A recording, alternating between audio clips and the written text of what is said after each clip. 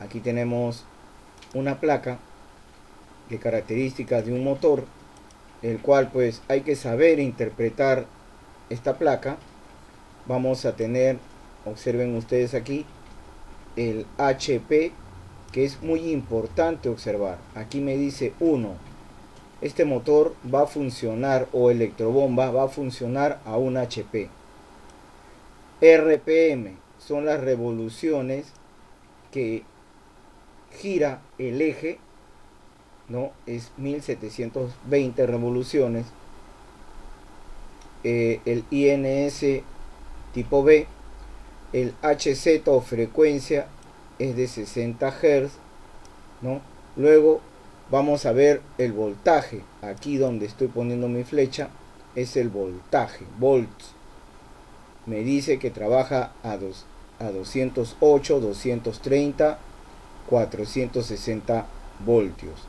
Y su amperaje, que está aquí, amperios, esa es la corriente que va a consumir. Cuando trabaje a 208 va a consumir 3.8, cuando trabaje a 230 3.6, y cuando trabaje a 460 1.8, ¿no? Tenemos la marca, el factor de servicio 1.15, tenemos el código de la bomba, la norma, la serie, y tenemos la conexión. Este es un motor de 9 bobinas. Tenemos una conexión para un voltaje, ¿no?, mayor y un voltaje menor. Aquí también tenemos otra placa de característica del motor, el cual les he querido compartir. Tenemos el diseño, el motor de inducción, el tipo de motor BP1, el modelo. Tenemos la clave,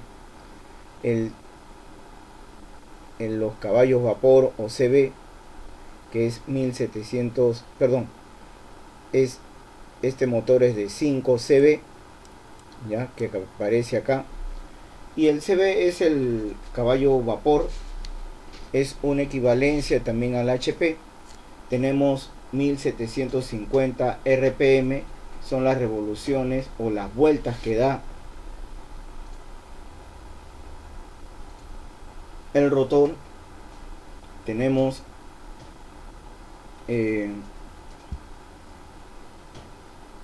la conexión 3Y o trifásica estrella, la frecuencia, el voltaje, que es de 220, el amperaje, que es de 12.2 amperios, ¿no?, cuando trabaja a 220. Miren, esto va en relación, aquí lo voy a encerrar, esto es junto cuando el motor está conectado a 220,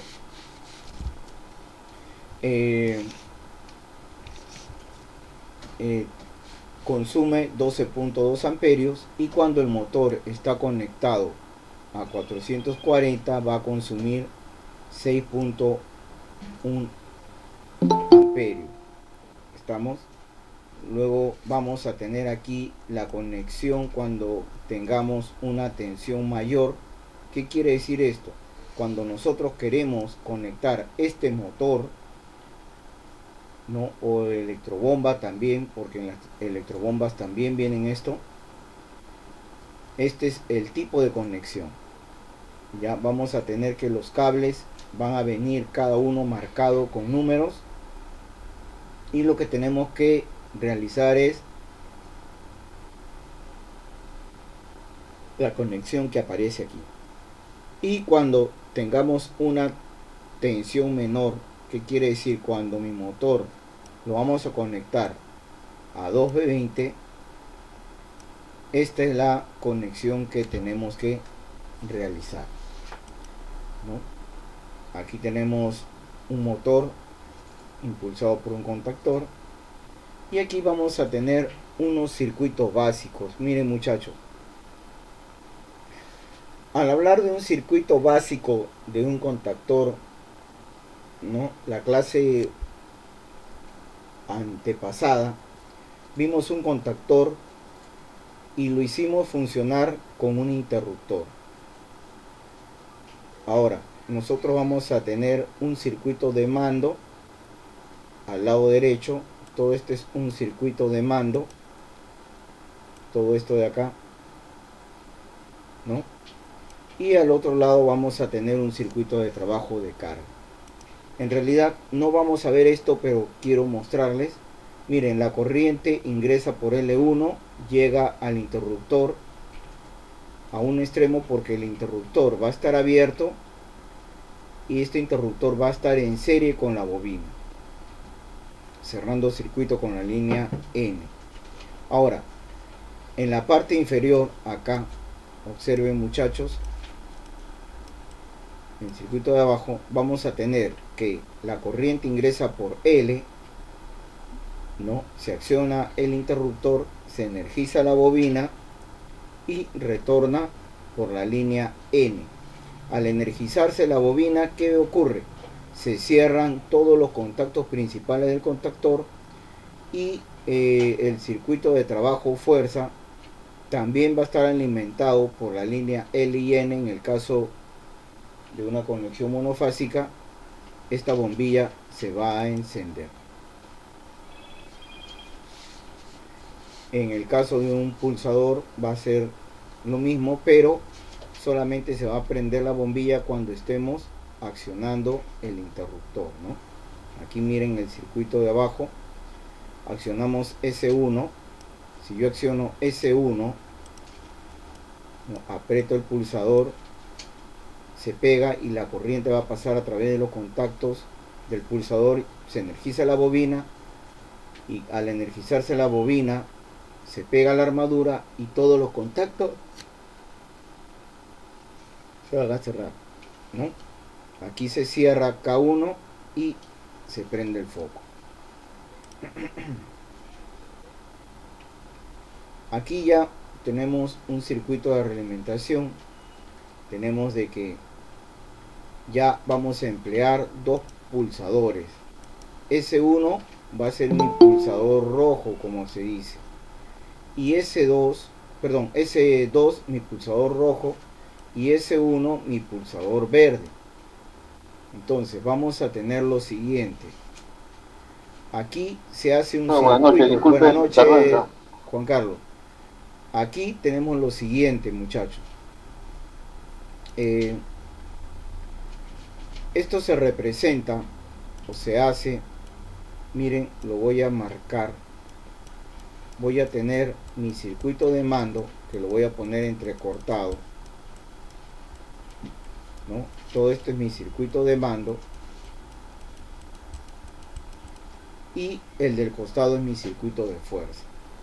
Esto se representa, como hemos visto, en un esquema explicativo. Entonces, aquí tenemos la simbología. Aquí tenemos un pulsador que es el S2, es un pulsador normalmente cerrado o abierto. ¿Qué me pueden decir ustedes? Cerrado, profesor. Cerrado, muy bien. Este pulsador S2 cerrado se utiliza para pares, por eso que yo le he puesto de color rojito, ¿no? Es el pulsador de pares. Y S1, ¿no? Vean ustedes acá, S1 es un pulsador abierto. Esto lo he dibujado acá de color verde. Ahora, mi circuito va a funcionarles de la siguiente manera. Yo tengo aquí arriba L1 y acá abajo N. Entonces yo me fijo solamente el circuito de mando. Miren, para cerrar mi circuito, la corriente tiene que ingresar por L1 y retornar por N. Entonces, aquí la corriente ingresa por L1, va a pasar a través del pulsador normalmente cerrado y va a quedar aquí. Pero para este circuito vamos a tener de que, ¿se acuerdan ustedes que hablamos de que todo pulsador va a tener contactos auxiliares? ¿Se acuerdan? Este es un contacto auxiliar. Estamos para el circuito de mando. Este es un contacto auxiliar y por lo general recibe el nombre de 13, ¿no? 13 y 14. ¿Ya? Esto viene en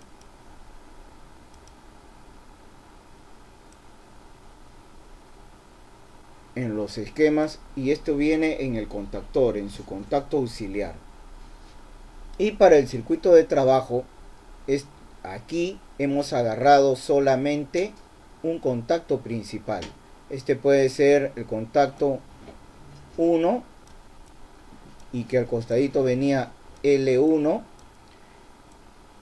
y este de acá es el contacto 2 y al costadito venía T1, ¿no?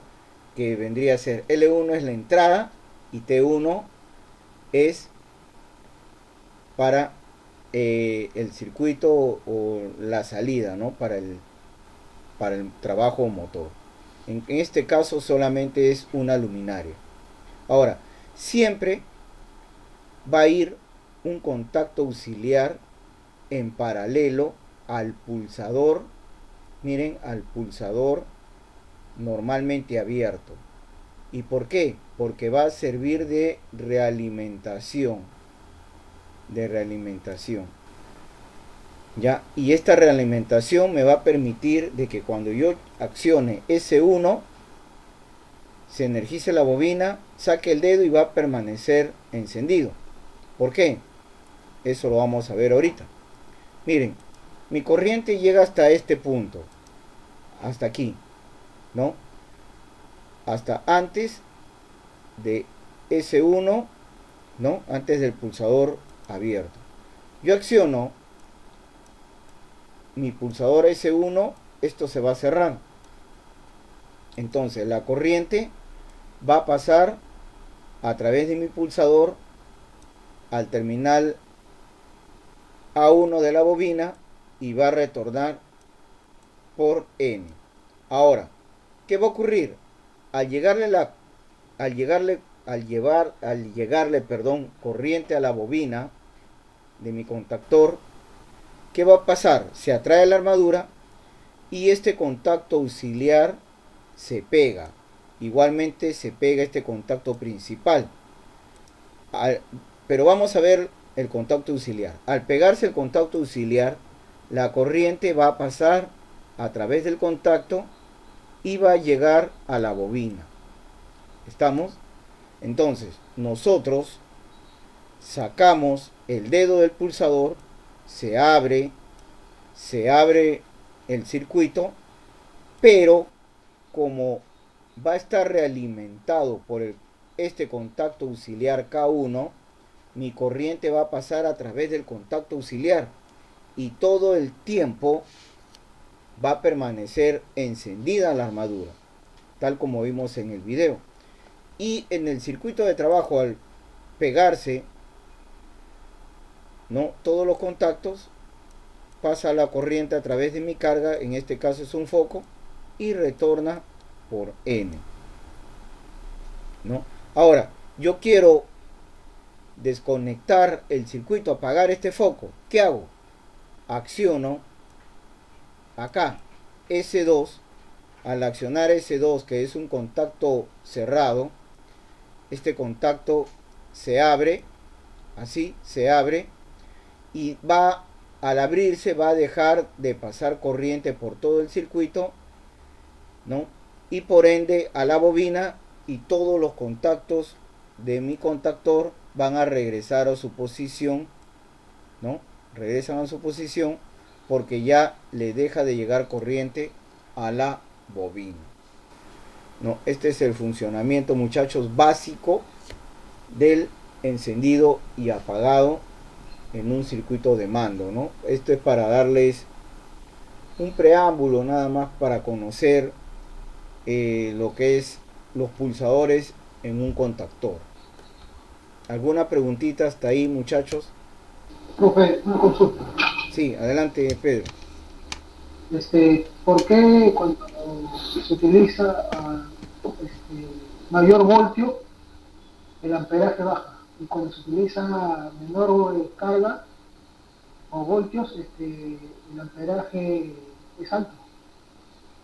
Ya, te explico. Mira, esto viene en los motores, ¿no? Vamos a tener que hay motores, vamos a hacer figurativamente un motor de, a ver, una cosa más fácil e entendible. Vamos a tener la ley de Watt, que es potencia es igual a tensión por intensidad. ¿Estamos? Ahora, esto puede venir acá y esto puede venir acá, ¿no? El orden de los factores no altera el producto. Supongamos que tenemos, nuestra tensión es de 220 voltios. 220 voltios, ¿no? Por 10 amperios. ¿Cuánto nos da? Nos da 2200 watts. ¿Está bien? ¿Qué es la potencia? ¿Estamos ahí, muchachos? Ahora, este es el voltaje y este es el amperaje. Me olvidé de ponerle 10 amperios. Ahora, si yo aumento el voltaje, voy a tener que disminuir el amperaje para obtener la misma potencia. Supongamos que este es un motor de 2200 watts, ¿ya? Y va a trabajar a 220 voltios. Entonces me va a consumir 10 amperios para obtener 2200. Ahora, este mismo motor de 2200 watts, ¿no?, puede trabajar a doble tensión. De repente lo han fabricado a doble tensión. Entonces me va a decir que es 220 voltios me va a consumir 10 amperios para que su potencia sea 220 watts. Ahora, este motor también puede trabajar a 440, a 440 voltios. Pero su potencia no va a variar, va a ser la misma. Entonces, para que nos dé 2200 voltios, si la tensión es 440, ¿cuántos amperios consumirá? La mitad. La mitad, 5 amperios, ¿no? 5 amperios. ¿Estamos? ¿A qué quiero llegar aquí? Que cuando se aumenta la tensión, ¿no?, la intensidad va a ser menor para obtener la misma potencia. ¿Estamos? ¿Y qué ocurre en muchos de los artefactos cuando se malogra un artefacto electrónico? Nosotros tenemos 220, ¿no? Y de repente ese artefacto electrónico me consume 1 amperio, 2 amperios. ¿Y qué ocurre en casa? A veces, ¿hay bajones de tensión o no hay bajones de tensión? Hay bajones de tensión. Nos recomiendan utilizar un estabilizador todos los que tenemos computadora. ¿Para qué utilizamos el estabilizador? El estabilizador me va a mantener constante la tensión, o va a permitir de que no baje este voltaje bruscamente. Porque si este voltaje baja, ¿qué ocurre? La intensidad va a subir. Y al subir la intensidad, pues yo puedo dañar componentes electrónicos, ¿no? En el caso de los componentes eléctricos como resistencias, motores, no son muy percibidos, ¿no? Pero se usa este mismo principio. No sé si fui claro, Pedro. Sí, profe. Gracias. Ya, de nada, al contrario.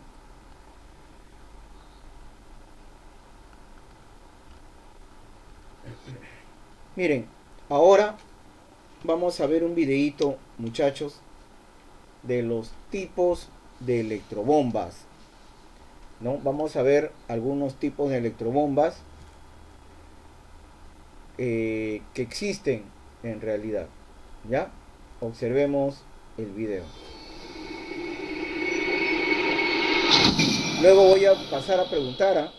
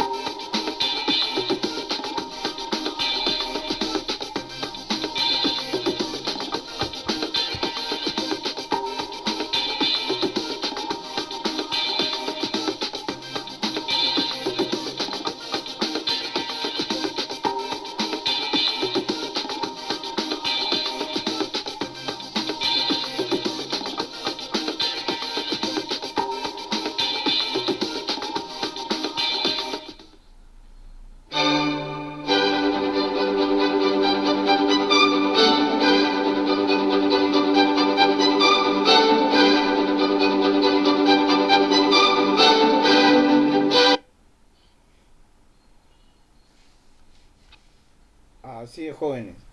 Hemos visto los diferentes tipos y ahora quiero mostrarle un videito porque ustedes saben de que se usa mucho este flotador eléctrico para instalar una electrobomba.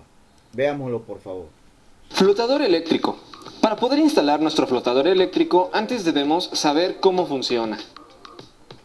Ideal para cisternas y tinacos. Nuestro flotador cuenta con un interruptor interno que, gracias a su sistema de contrapeso, nos permitirá encender nuestra bomba de agua para llenar nuestro tinaco en caso de que éste se haya vaciado, y apagar la bomba en caso de que nuestra cisterna se quede sin agua.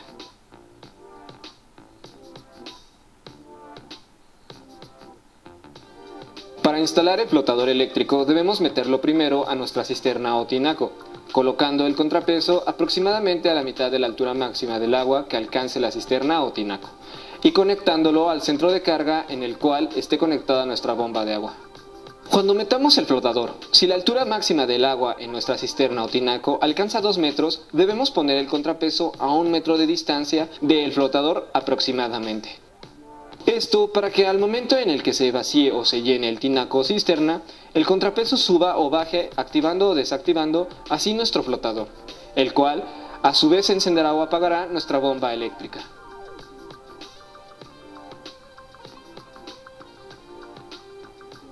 Veamos un ejemplo de esto. Cuando colocamos un flotador eléctrico a nuestro tinaco, este debe estar conectado a la bomba de agua, y al vaciarse el tinaco hará que nuestro flotador descienda, lo cual provocará que haga contacto y se active la bomba de agua, la cual jalará agua de nuestra cisterna al tinaco, y al estar lleno nuevamente se desactivará el flotador, apagando así nuestra bomba de agua.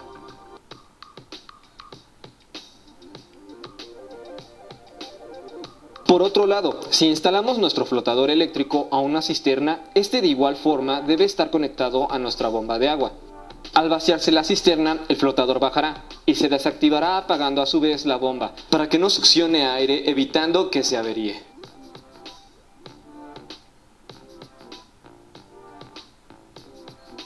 Te recomendamos que uses 2 flotadores, uno para el tinaco y otro para la cisterna. De esta manera todo el funcionamiento será automático, más seguro y funcional.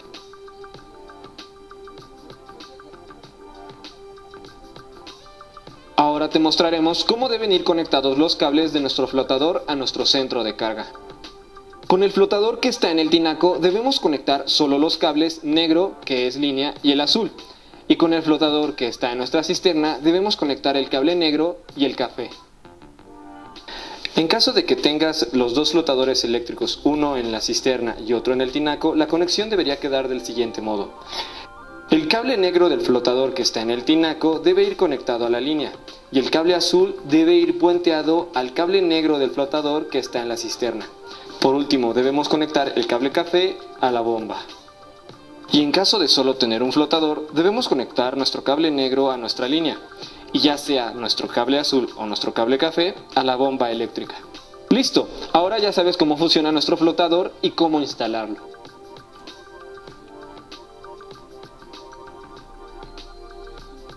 No olvides suscribirte a nuestro canal de YouTube, dándole clic al botón de suscribirse y activando la campanita para que no te pierdas de ninguno de nuestros videos. Recuerda también...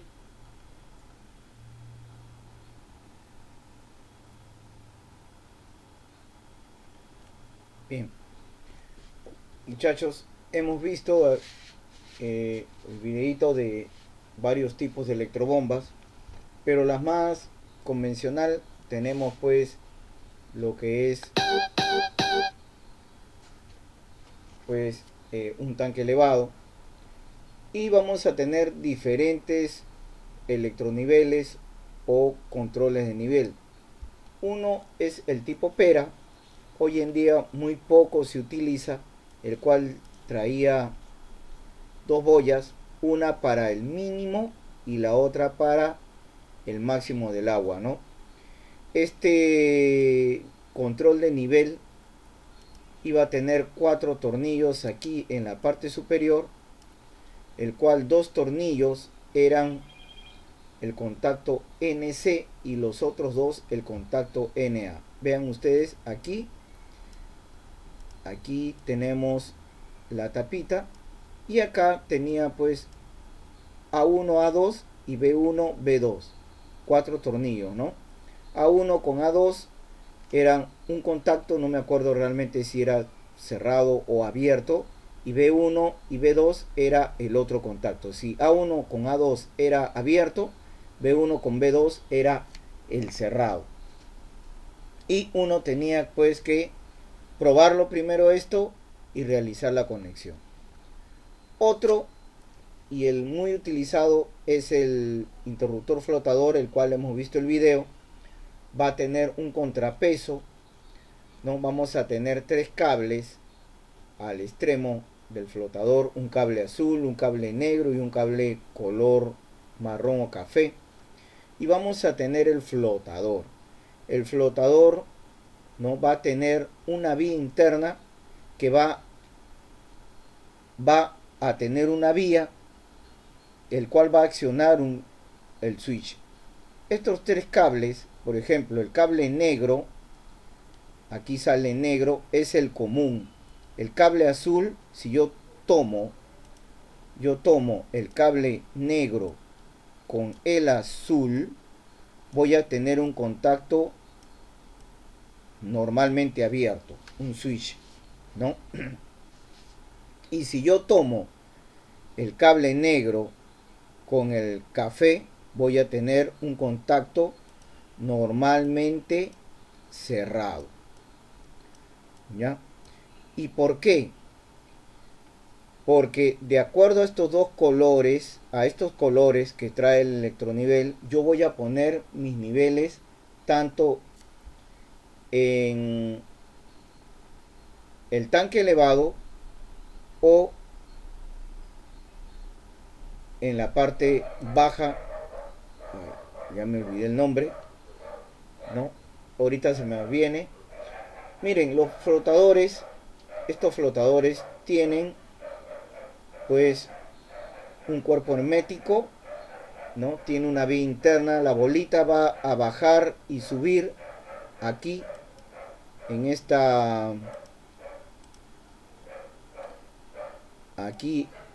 este puente, va a subir y bajar porque se va a desplazar la vía, y adentro va a haber un switch que solamente va a permitir abrir o cerrar, ¿no?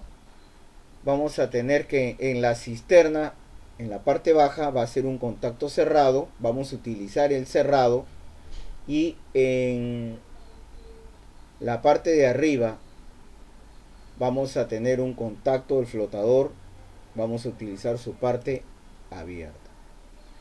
Miren, vamos a ir de frente a esta conexión. Ay, ya, perdón.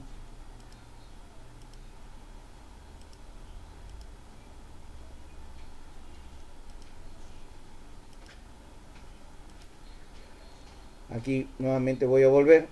Aquí tenemos el siguiente diagrama. Miren, tenemos la cisterna y el tanque elevado, ¿no? Entonces, en la cisterna vamos a conectar pues el cable negro y marrón, ¿no? Que es un contacto normalmente cerrado. Como siempre la cisterna va a estar abierta, va a estar llena de agua, este contacto va a ser un contacto cerrado. Estamos, un contacto NC. Estamos. Entonces, se va a conectar el cable negro y el marrón. Y en la parte del tanque alto, como aquí el agua se va a llenar la cisterna, y cuando se use el agua se va a vaciar y necesitamos llenar acá arriba, vamos a tener un contacto NO abierto. ¿Estamos? Ahora, ¿cómo funciona esto? Miren, los dos contactos tales como vimos en el video van a estar en serie. Miren ustedes acá. Aquí voy a encerrar, miren, cable negro y marrón que está cerca a la cisterna. Y acá arriba tenemos el cable celeste con el negro. Aquí vamos a tener la entrada de corriente N y L.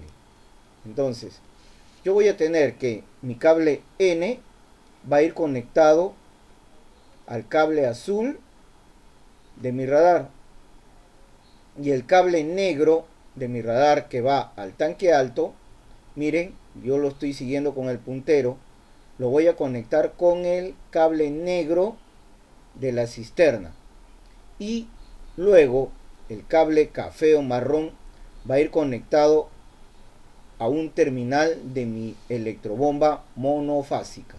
Estos dos electroniveles están en serie. Ahora, yo voy a tener que la línea L de frente va a venir a mi electrobomba, ¿no? ¿Y cómo funciona esto? Voy a borrar aquí, voy a borrar acá, ¿no? Entonces, se supone que aquí está sin agua. Ahora, lo siguiente que tenemos es de que el electronivel, cuando está en esta posición en el agua, hacia arriba, aquí vamos a tener el contrapeso, más o menos el contrapeso, y aquí tenemos el cable, ¿no? Y esta va a ser el agua, ¿no? Va a ser el agua. ¿Qué quiere decir? Internamente la villita va a caer. Entonces, esta es su posición.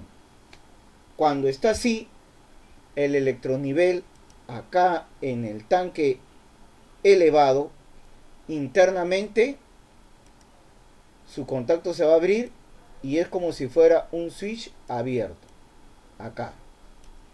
Ya, aquí. En el tanque alto. Cuando se acabe el agua, el electronivel, este es el cable, la paletita se pone hacia abajo. ¿Estamos? Se pone hacia abajo, y como estaba abierto, al ponerse hacia abajo, la vía cambia de posición, activa el switch interno y este contacto se cierra. Estamos haciendo que se cierra, haciendo que pase la corriente. Mire, la corriente ingresa por L, pasa por el cable negro, ¿no? Pasa por el cable negro, pasa por el electronivel de la cisterna. Como la cisterna es un contacto cerrado, llega al motor y retorna por el cable rojo. ¿Qué va a ocurrir? Se enciende la electrobomba empieza a enviar el agua, se empieza a llenar el tanque alto, y ¿qué va a ocurrir? Al empezar a llenarse el tanque alto, esta paletita que está acá se va a poner en esta posición, la cual dibujé. Al subirse, ¡plac!, va a caer la vía y se abre el contacto interno y deja de enviar agua al tanque alto el motor, porque se va a apagar, ¿no? Eso es todo. Ahora, si no tuve agua durante varios días, este electronivel de lo que es la cisterna va a ir bajando, y como es un contacto cerrado, al bajarse, al ponerse en esta posición, ¿no? Al ponerse en la posición hacia abajo, como estaba cerrado, se va a abrir y desconecta la electrobomba. Ahora, si arriba se queda sin agua, este electronivel se va a cerrar pidiendo que funcione la electrobomba. Y como aquí el otro electronivel está, vamos a decir así, abierto, no va a haber funcionamiento, ¿no? Ese es el sistema, muchachos, básico de un llenado de una cisterna. ¿Alguna preguntita, muchachos, hasta ahí?